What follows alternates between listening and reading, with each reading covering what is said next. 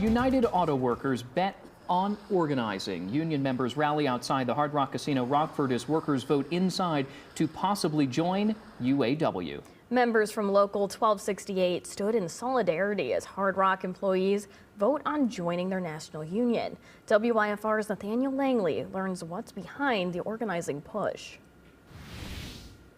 On our own, we fall, but when we're united, we stand together.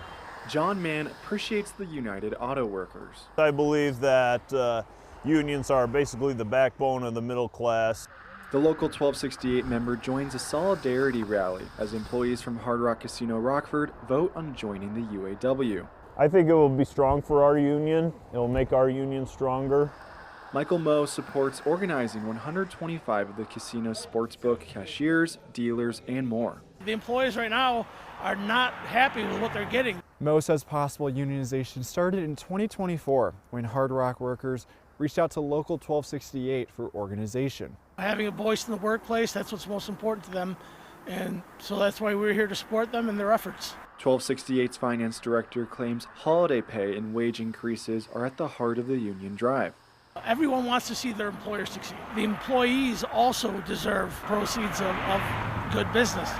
Unionization requires a simple majority of workers in favor. Mann expects to see that result. So they can continue living the American dream like we're supposed to be doing. Union election results can take up to 7 business days for certification. Local 1268 plans to rally again outside the casino tomorrow. WIFR reached out to Hard Rock Casino Rockford for comment, and we will let you know when we hear back.